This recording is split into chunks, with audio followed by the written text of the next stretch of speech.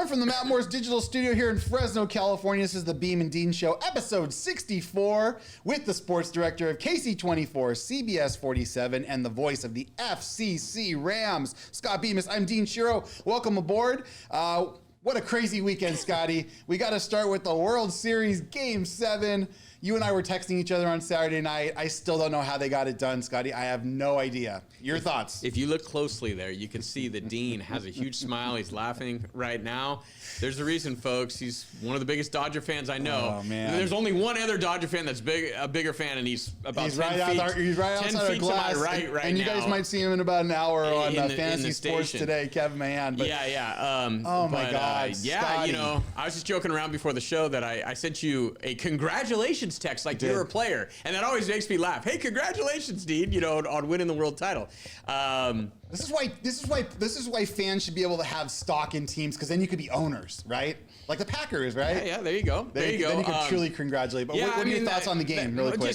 Just baseball at its utmost drama. Just every pitch at that point in time, so meaningful. And then for guys to be producing the plays that they produced. I mean, there'll be certain plays that some kind of get lost because there were so many incredible things that happened. You know, the play that I think it'll be remembered by Dodger fans, but maybe, you know, not as widely recognized 30 years from now, just because it was overshadowed a little bit by the Pajes catch, was the play by Rojas on the infield, and how close that was, Dean. And then Will Smith tapping his toe the second time, just beating Keuchel Falefa. Well, because obviously if his foot was on the bag originally, I was like automatically out initially. But then you saw the replay and you saw, oh my goodness, that foot is in the air. Yeah. That foot is in the air, and you're going frame by frame.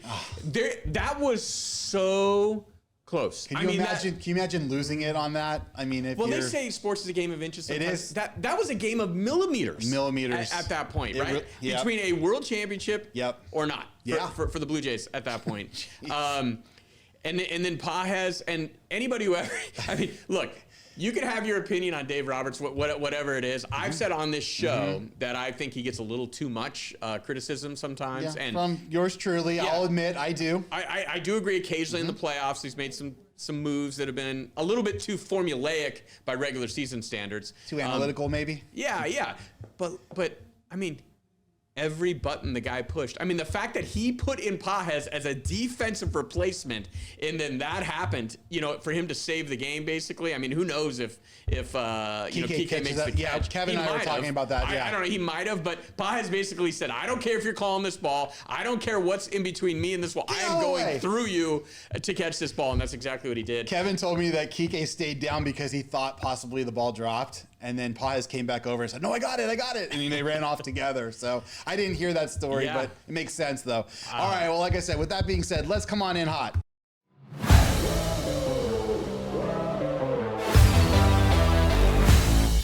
All right, right back to the World Series really quick. I just got one point I got to get off my chest, though, here. And other guys have said it. I'm not the first. I'm not claiming to be the author of this. But Miguel Rojas' homer in the ninth inning against Hoffman, in my opinion, is the biggest home run in Dodgers history, period. Bigger than Gibby, bigger than Freddie, just because of the time and space. The fact that we were batting 200 as a team in that series, the fact that there was one out in the ninth inning, the fact that they weren't going to pitch to Ohtani, next. I had a feeling they were going to probably walk him and try to take their chances with the other guys. Oh, yeah. There's no doubt about that. But Miguel Rojas putting that swing on the ball, honestly, like kind of lunging at it. Like lunging at the ball, and then for the ball to travel the way it did. I mean, Scotty, what are your thoughts? I think it's a legitimate argument. The points that you bring up, hard to get over just the absolute drama and legendary, iconic moment that Gibson's home run was, just because of the injury and everything else that went into that. And that Dodger team, remember, they were a big underdog headed into that series, right, against the A's. And so that was kind of an underdog Cinderella story there. I think it beats Freddie's homer. Me personally, maybe that's just because it seems like the longer you get away from moments, the more epic they become, and probably the longer we get away from Freddie's homer. But it just feels like it just kind of happened yesterday almost. Sure. And so I get that part of it. I agree with you. The fact that you were down makes that home run so meaningful. And from Miguel Rojas on of all the road, and Toronto's, they're getting the bottles ready in the locker room. I mean, the fans were just on their. The only thing that Go ahead. just maybe knocks it down a little bit is that it wasn't a game-winning home run, right? And there still had to be several amazing plays after that, right? You know, for the Dodgers to end up pulling it out. It's a good point. It's a good point. But I'm honestly, for this journeyman guy whose dream is to be the manager of the Dodgers someday, I mean, just a phenomenal moment. I just wanted to give him his just due. Well, then to back it up with that defensive play that we talked about. The defensive play came right after that. Yeah, exactly. So, I mean, but again, Dave Roberts, I will say this. Like I said, I've given him a lot of criticism. I will admit it. But the moves he made in the last two World Series, the moves he made in game in different spots in those two World Series helped us win both of them. So, got to give him his props. So, well, you know what's funny? The only thing maybe that could have made that game even a little bit more epic is what? If Clayton Kershaw had come into the game. Well, did you look in the bullpen? Even just showing him up in the bullpen. They showed him in the bullpen. It added to the drama. And I love Joe Davis. He was just the master of understatement there, the play-by-play guy for Fox, because he just said, and Clayton Kershaw is up in the bullpen. That's all crazy. He said, and that's all he needed to say. I mean, they showed the shot. You got Sasaki and Kershaw up there throwing, and you've got Vlad on third, and you've got Barger on first, or Barger. He's on first. And then as soon as Kirk hit the ball, he knew he was done. I mean, as soon as that bat broke, you saw the look on his face. But Mookie had to make that play. And Mookie, at times, has thrown the ball away on these double play balls. So for him to make that play, that's like pretty amazing. That's like the dream scenario, though, is that you have a slow chopper, runner, chopper, like, you know, whatever, belt high to field it. You don't have to even flip the ball. You don't even have to make a turn. He runs You just over. go over, tag the bag yourself, and I mean, you still have to make the play. Right. And Kevin and I were talking about this earlier. Sure. The other big just Dodgers fan at the station. That's one of the cool things about playoff baseball is, you know, when you get to those moments during the regular season, you just take things for granted, right? Like plays defensively. Just a normal fly ball, right? You just take it for granted, can of corn.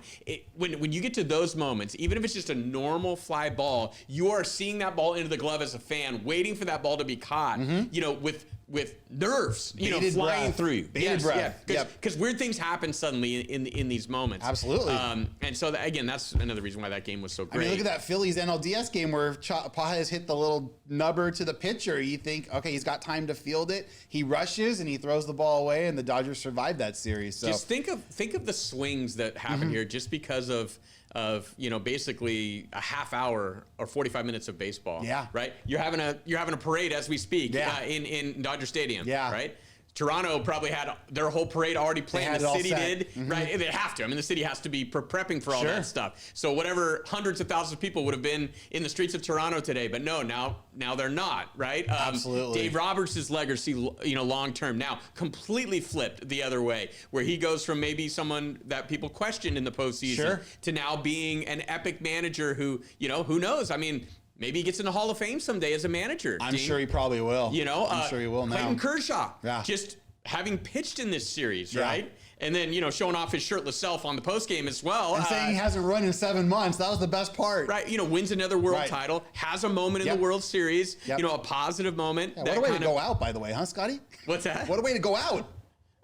No doubt. I mean, it helps him win game 3, and then he sits and he's in the bullpen, and he said to someone, I didn't know if we won it or not. He thought there was only 1 out, and then it was 2. And they're like, no, we just won. And he went running out. So he was a little premature on the leaving of the dugout on that near home run, right, in the extra inning game. Yeah, when Freddie hit. Yeah, exactly. So crazy. All right, let's get into the other big story of the weekend, especially here in Fresno, California.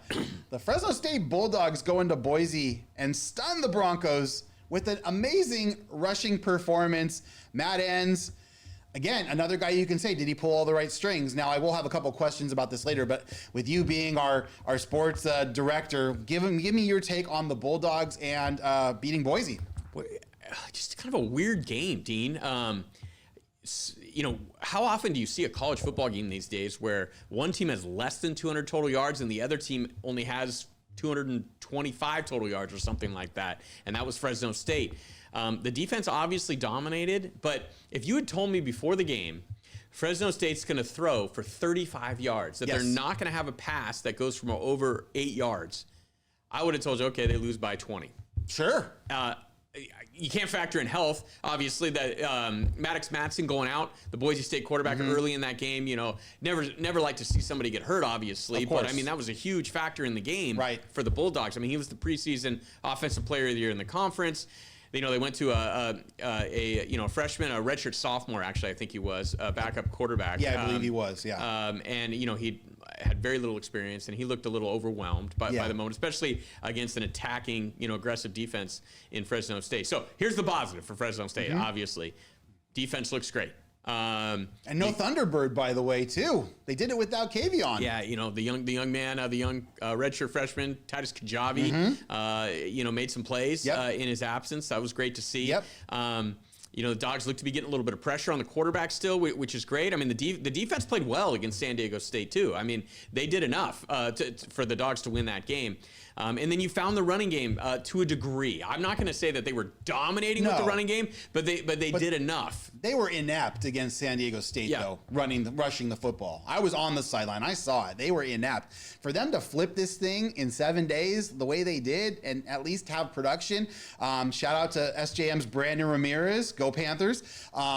Great performance. Donaldson got in the end zone. Speedy Luke, all the boys. And then what's the fourth guy? What's his name? The one who scored the first touchdown? Elijah Gilliam. Gilliam even got in the end zone. So I mean, I think it's one of those things, Dean. Like, obviously, it's a great win. It's a great win for Fresno State. You love to see it. But I think it's a win that still comes with, like, caution. That you kind of look at it and say, okay, is this sustainable? Well, that was my question, Scott. Are you ready? Because that was the question I have written down here for you. Is it sustainable without a passing game? Is this sustainable to continue? I don't know. Well, here's what I would say. I don't know if they can win a Mountain West championship throwing for only 35 yards. Right. Okay. They probably can't. It's going to be hard to win games doing that. I mean, that'll probably be a one-off. We probably won't see that again. I mean, I think it was the way the game script played out, too, that they get the lead. And so I think they're probably in the ear of Carson Conklin, the quarterback, saying, hey, we've got the lead here. You don't have to do anything crazy. No, let's and burn so clock. He was being extra cautious. I mean, there were a few open receivers in watching the game again where he could, there were some opportunities that he missed, but he was being protective with the ball, and and they didn't turn it over. Right. And when you have a lead, you can win games that way, especially if you have confidence in your defense stop. But what I would say is this: they probably can win the next 3 games. San Jose State, I think is going to be a tough game. That's the only one. That's still going to be a tough game at the end of the year. Yeah. You got Wyoming, Utah State. You can't take anything for granted with this team because there's just not enough offensively there. They're going to be playing in tight games, I think, pretty much every time out, unless they get a bunch of turnovers. Right. So every game is somewhat in doubt, but I think they can probably get through Wyoming and Utah State. That last game against San Jose State. Yeah, with Egret throwing they can throw the ball. They can move yards. the ball. Yeah. They had over 400 yards of total offense in the first half of that game against Hawaii. That quarterback on is Saturday. really good. So, I mean, obviously, Hawaii's defense probably not up to the level of Fresno State's. No. But so my point would be they can win some games, but okay, then you get into the Mountain West Championship game. You're able to eke back in there. Now, they need another loss from Boise, and then there's a whole bunch of teams, including Fresno State, that could be in the 2-loss mix. Sure. Don't know how that'll all work out, but they've got the head-to-head over Boise, which is huge. Now, and so, but if they get in that Mountain West Championship game, your likely opponent, right, is San Diego State at this point, you would think. Here they are again, You would think. And so, San Diego State's defense is up to the level of Fresno State's, maybe even a little bit superior. So in that game, especially if you're playing at San Diego, you're going to need to score 20-plus points. And can you do it without a passing game? My argument would be not the way it's looked the last 2 weeks. Agreed. You can't do it that way. You just can't rely on turnovers long term. Yeah. But short term, you can. So they got to figure out a way to generate some more plays through the passing game. Sure. Yeah, that San Jose State game is the one that I have kind of circled. I'm worried about that game. If I were Fresno State, if I'm their defensive coordinator, watching them throw the ball around the yard, they're going to put points up against Fresno. The question is, can Fresno put points up to match them in the games on the road? So let's talk about some of these other games that happened over the weekend. We had quite a few crazy ones. Oklahoma, wins in Rocky Top. SC survives Lincoln, Nebraska. Diego Pavia almost pulls out the comeback of the ages, down big.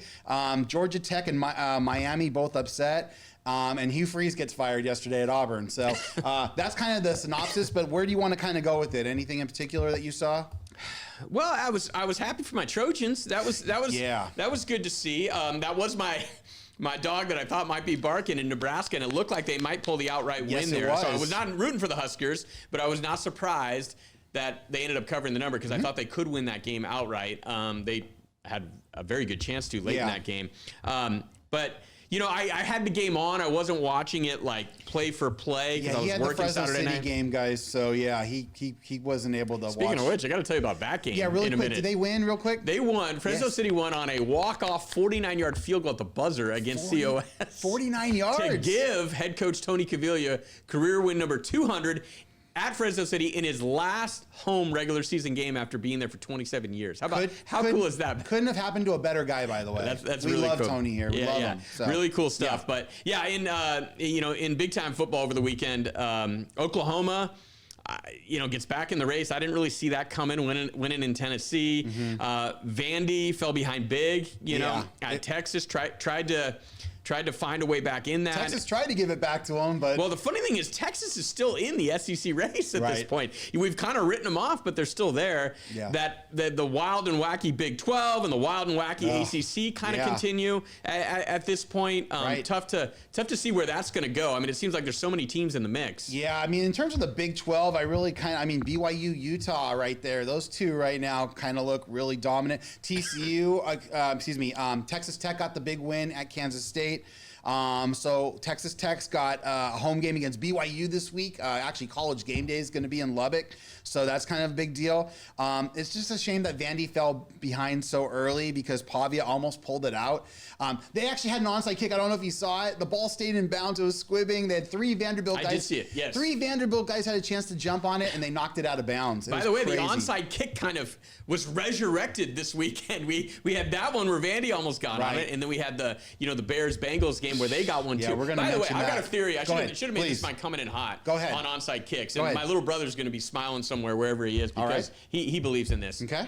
Don't go with the tricky onside kick anymore. Don't try to pop it up in the air and this and that, or even trying to get the big hop. To me, that's not what you're looking for at an onside kick anymore. Because you don't have enough guys over there, and they're scheming against it, right? So, to me, you just need randomness on an onside kick now. They should totally adjust it and you should just hit it low and hard, not even really try to get the big bounce, because I think the big bounce is easy to receive as a defender. True. I want randomness on the ground with my onside kick now, because you need something weird to happen, some funky bounce, or we saw in the Bengal game where it just kind of rolls sideways into an offensive player who's not even looking at the football at that point. We're seeing more and more of that, by the way, even on punts and onside kicks. Guys just not getting out of the way of the ball. No Peter calls, no nothing. Guys should be getting the heck out of dodge. Peter, right? Anyone who played, everybody knows Peter, which is funny. Exactly, it's a universal call for the punts on the ground, get out of the way. Get the you-know-what out of the way. Yeah. Exactly. But sometimes you don't know where it is. So even if they're yelling, you're blocking somebody. You have no clue. Or you get blocked into it. Exactly. Is the other thing. But it's a random rant. But just I just go back to complete. Just hit the ball hard on the ground somewhere on your onside kick. Yeah. Get it going weird. Don't try to get too fancy with it anymore. You know what drives me nuts are these guys that don't kick it 10. They kick it like 8 and then no one touches it, and it's like, I know. I mean, you got to get it at least 10 yards. The rules are the rules, right? So crazy. The USC thing, I mean, honestly, congrats to Lincoln and the boys for going into Lincoln, Nebraska and getting it done. My other coming in hot take was Nebraska should never have a blackout again and change their end zones. I mean, they're known for being red, I mean, to the point where Colorado people don't even like to wear red because of them. They look like they weren't even recognizable on TV the other day.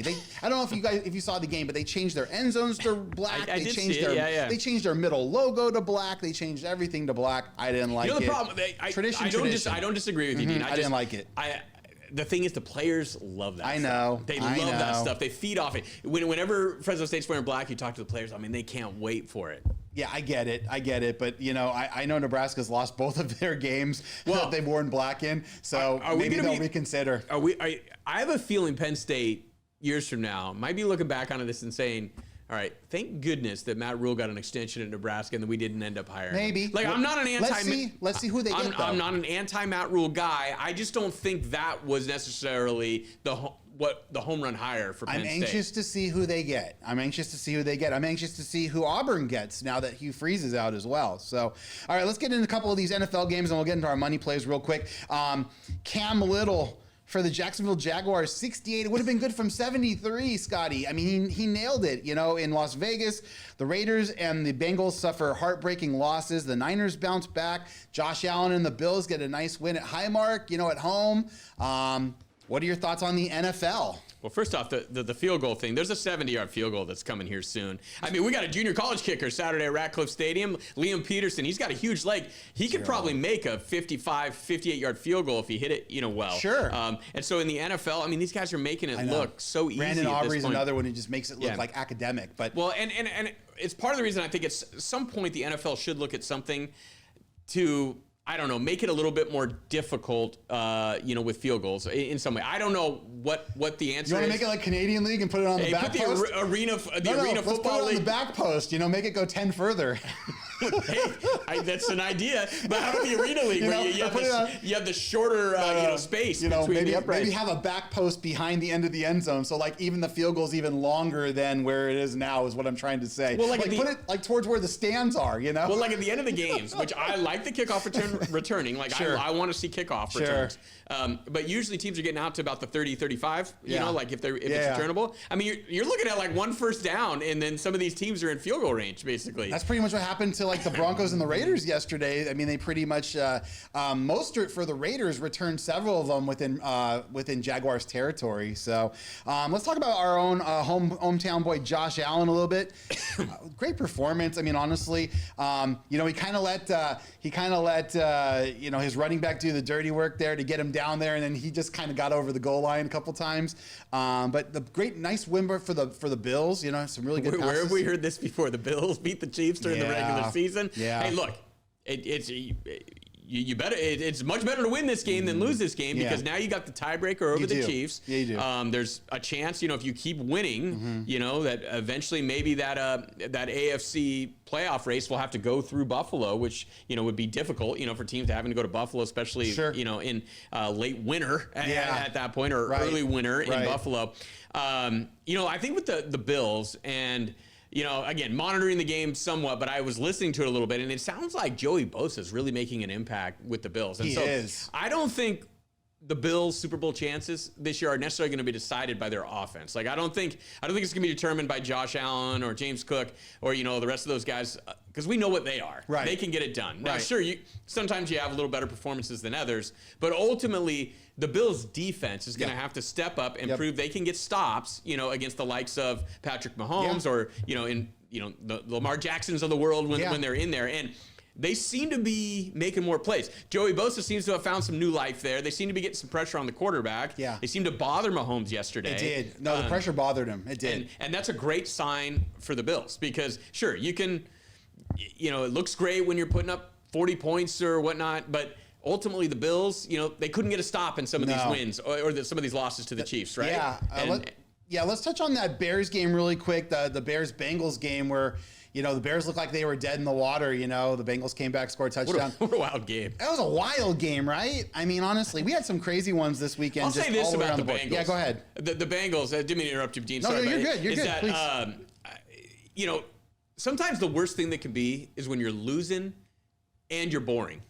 You know, so it was almost like, you know, if for some reason Fresno State had lost their third straight and they're only throwing for 30 yards passing, then the fan base can get really frustrated. Now, thankfully, their defense was good enough and everything else, and they get the win, right? So if you're winning ugly, everything's fine. But if you're losing and you're struggling to move the ball and you got people paying big money for NFL tickets, it's bad. At least Bengals fans, I know it's frustrating as heck, but they're seeing some incredible football plays offensively out there. I mean, they're going to see some entertaining games. Yeah, and the way Joe Flacco's playing, I mean, honestly, it's just crazy to think that he was Cleveland's quarterback like 2 months ago and anemic, couldn't get the ball moved at all, and now like he's slinging it all around the yard. They did have a couple missed opportunities, the Bengals. I know McPherson missed a really big field goal that would have put him up even more at one point. So, man, well, think about it. Caleb Williams, though, how about that? I mean, our former Trojan quarterback, you know? Well, if that hand doesn't touch that, you know, the bear who made the pick, right? Because it looked like a pick six there. That game's over. Again, game of inches. And then suddenly the Bengals are able to come back. You know, fantasy implications for Beams' best in our fantasy league, by the way. I think thanks to that last possession for the Bears and that last 70-yard touchdown pass by Caleb Williams, I think I'm going to go down this week. So I can thank the Bengal defense for that one. Yeah, no, there's in terms of the fantasy world, you have guys like Brock Bowers that ruined a lot of people's weekends. But I mean, the way the Raiders the way they lost in heartbreaking fashion, they get to overtime. The Jaguars burn 7 minutes off the clock and score a touchdown. The Raiders get the ball back, hustle down the field. Brock Bowers gets another touchdown, and then they missed the 2-point conversion. They obviously didn't go for the tie, which they could have. There was only 30 seconds left in the regulation overtime. But if you're the Raiders at this point, I know. A tie is going to do you no good. I know. You got to go for the win. It, right? Let's give some applause for the new overtime rules. By the way, that the fact that the NFL finally went to that because where much a better. field goal just doesn't beat you. Because I hated that. Yeah, and in the past, right? Well, the Jaguars scored, right? Touchdown on the first. That would have possession. ended it too. That would have ended it, and now the Raiders get a possession. That's the way it should be. Right. I like that they have a time element to overtime. I think that's kind of cool. It adds kind of an interesting dynamic. I would at the add end. 5 more minutes to the clock. I would say just one full 15-minute period. That's my opinion. It'll be interesting to see at some point in the future if there's ever an NFL team who can take all 10 minutes off the clock on a drive. I think they could. Listen, the Jacksonville Jaguars got pretty darn close, So, but yeah, that was a tough loss for the Raiders, but they played really hard. So, all right, let's get into our money plays.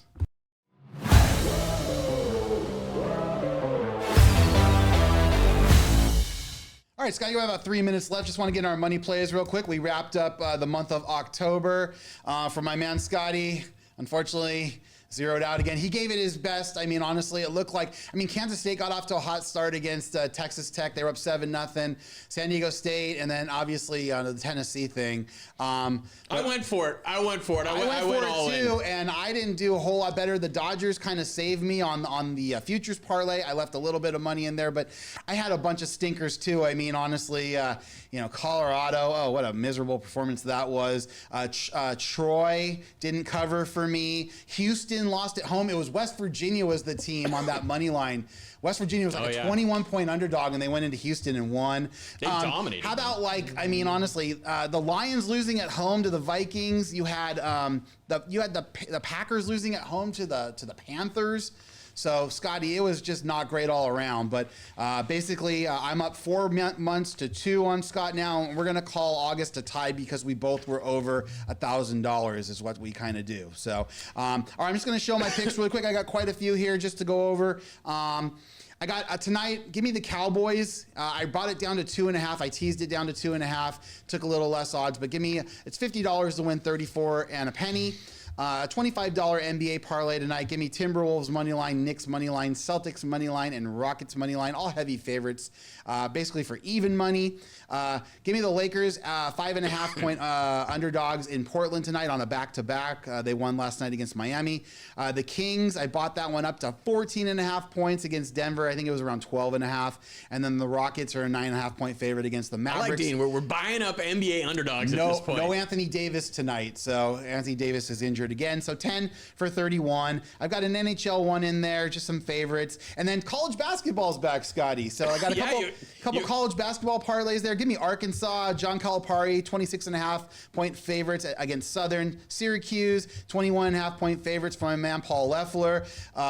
Favorites against Binghamton tonight. And then Notre Dame, 17.5 point favorites against Long Island. I've got another one in there. And then a $25 NCAA MAC Tuesday matchup. Give me Akron minus 9.5 against UMass. So I love it. Yeah, speaking of college basketball, I almost interrupted you at the beginning of the show because you're good. In addition, I'm also doing the Fresno Pacific game tonight. Yes. Actually, the doubleheader, doing the women's game and the men's game, starting at 5 o'clock from the Fresno Pacific side of things. So if you have an opportunity to listen to 790, check it out. 790 kind of. Listen to my man Scott Bemis.